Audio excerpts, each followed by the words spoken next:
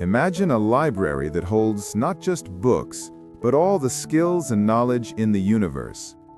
Most people wander its aisles, picking up one book at a time, reading cover to cover over months or years.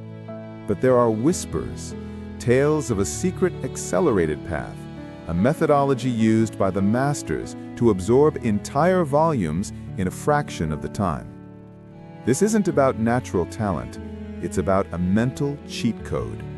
The story that follows chronicles the journey of Anya, a curious seeker who unlocks the hidden architecture of the human mind, turning months of struggle into weeks of mastery. She didn't become smarter, she simply learned how to learn. Chapter 1. The first principle: erasing the board. What if the key to learning faster isn't adding information, but deleting it? Anya's first challenge was learning to code. Overwhelmed by textbooks thicker than a brick and endless online tutorials, she felt the familiar pull of procrastination. Her mentor, an eccentric polymath named Elias, didn't hand her a coding manual. He handed her a single blank sheet of paper. Your first task, Anya, is to forget everything you think you know about coding. Elias introduced her to the primacy of the core. He explained that most beginners drown in surface complexity, syntax, minor details, and exceptions. The masters, however, see only the structural pillars of any domain.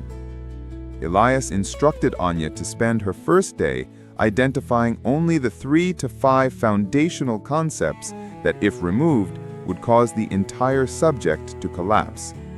For coding, it was variables, loops, and conditional logic. Everything else was just decoration. She ignored functions, classes, and advanced data structures. She spent an hour understanding the core idea of a variable and how a loop works. Suddenly, the complex subject shrank to a manageable, interlocking puzzle. The psychology and science. The less is more effect. This method leverages 2 powerful cognitive biases. 1, the information overload effect. When the brain is presented with too much information, the prefrontal cortex, responsible for higher-order thinking, becomes fatigued, leading to poor encoding and memory formation. 2, schema theory. Learning is not about pouring water into a glass, the brain. It's about building a house. The core concepts are the foundation and load-bearing walls, the schema.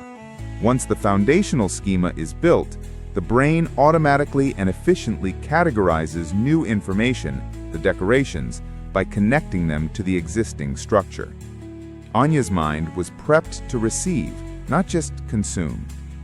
For example, when learning a new language, focus first on the 100 most common words, which make up about 50% of everyday speech, and the basic subject-verb-object structure.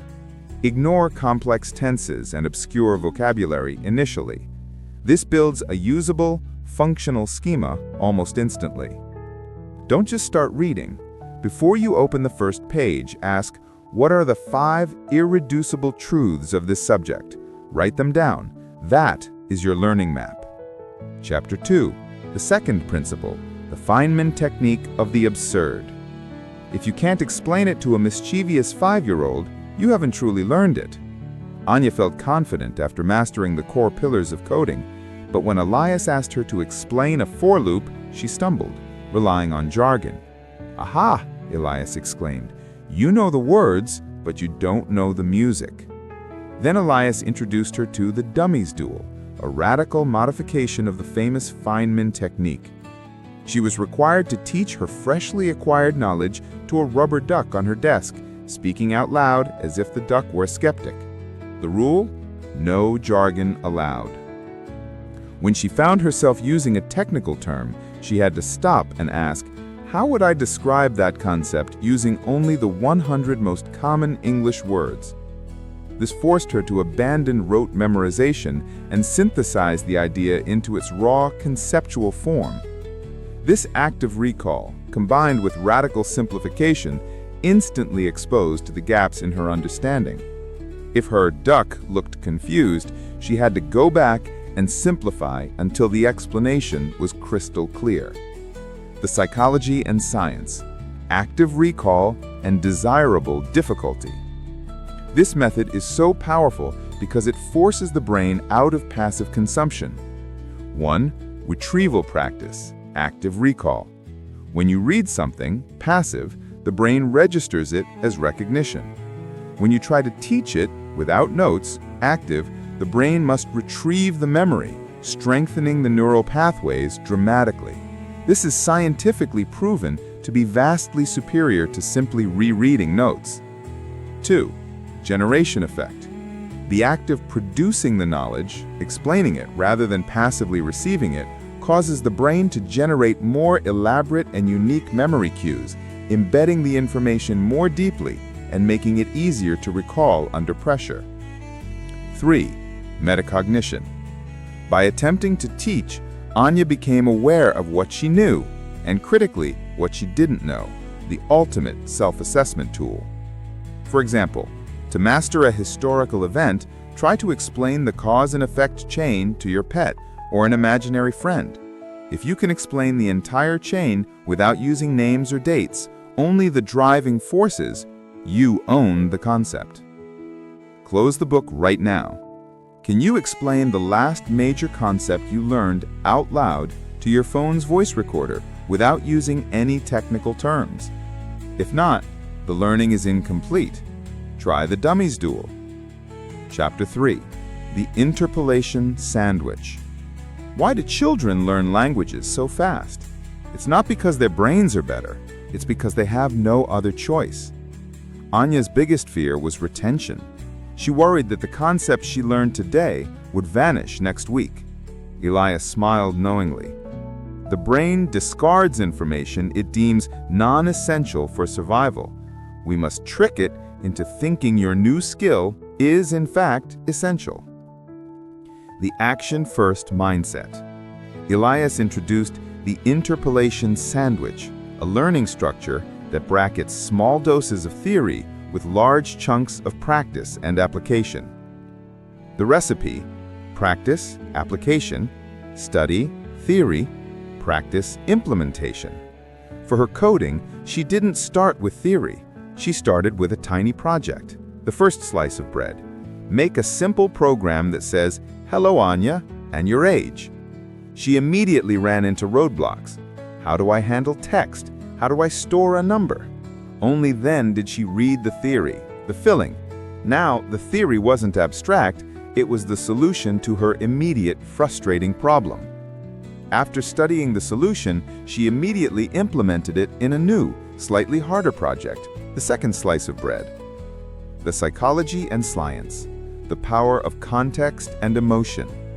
This structure hacks the brain's engagement system. 1. Contextual learning. When you struggle with a problem first, the brain creates a need gap. When the theory arrives, it fills this gap, associating the information with a mild sense of relief, emotion. Context and emotion are the glue of long-term memory. 2. Bork's desirable difficulties. Introducing obstacles, like trying to code before knowing the syntax, slows down initial progress but drastically improves long-term retention. The brain has to work harder to connect the problem and the solution, making the memory trace more robust. 3. Active engagement. This method guarantees that 90% of your time is spent actively doing practice and only 10% is spent passively consuming study. For example, learning guitar? Don't start with theory. Start by trying to play your favorite song, the challenge. Then, look up only the one chord you need, the focused theory. Immediately apply that chord to the song, the implementation. You've learned one chord perfectly and contextually. Stop reading the entire textbook before you start. Pick a concept, try to do something with it right now, fail fast, and then use the theory to solve the failure. Failure is a wonderful study guide. Anya's story is yours to adopt. She didn't possess a photographic memory or an exceptional IQ. She simply understood that learning quickly is not a function of time, but of method. By mastering these 3 principles, you can take control of your learning process. 1. Primacy of the core. Isolate the 3 to 5 structural pillars. 2. The dummies duel. Master the concepts by teaching them simply. 3. The interpolation sandwich. Bracket your theory with immediate contextual application. The Whispering Library is now open to you. It's time to read more than one book at a time. If you found this blueprint insightful and are ready to apply these science-backed techniques, let us know. Like this video, subscribe to the channel, and tell us in the comments, what skill are you going to master first?